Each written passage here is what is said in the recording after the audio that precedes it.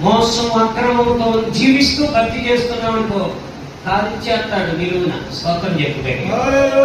ఆయన ఏం చేస్తాడు? కాల్చేస్తాడు. మరి అపవిత్రుడుగా ఉన్నాడో ఎలా ఉన్నాడో కానీ మందసాన్ని పట్టుకోగానే చచ్చిపోయాడు. ఎవరో ఉజ్జా. వాక్యము పవర్ఫుల్. మందస్సు దేవుని వాక్యం. ఆద్యందు వాక్యం ఉండిన వాక్యము దేవుని వాక్యమే దేవుడై ఉన్నాడు. స్తోత్రం చెప్పాలి.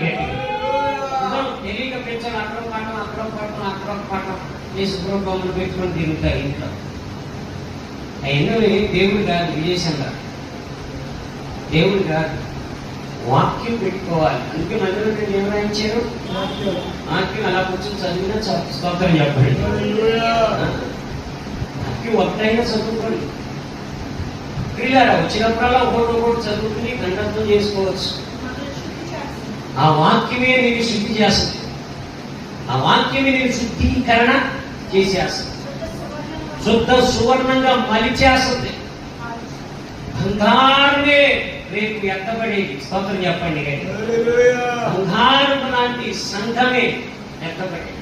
గట్టి పొయ్యి కాదు కనుక ఇలాంటి ఆకులు తెలా కట్టబడి సంఘాలు కాలిపోతే అగ్నికి నిలబడదు.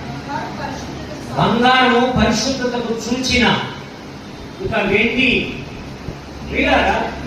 విమోచనకు సూచన. ఈ విమోచించబడతారు వెండి. బంగారం పరిశుద్ధత. పరిశుద్ధులే ఎత్తబడతారు. స్తోత్రం చెప్పాలి. అందుకేగా బుద్ధి కలిగిన వారు అన్ని సిద్ధపడి వెళ్ళారు అక్కడికి. పెళ్లి కుమారుడు వచ్చేసరికి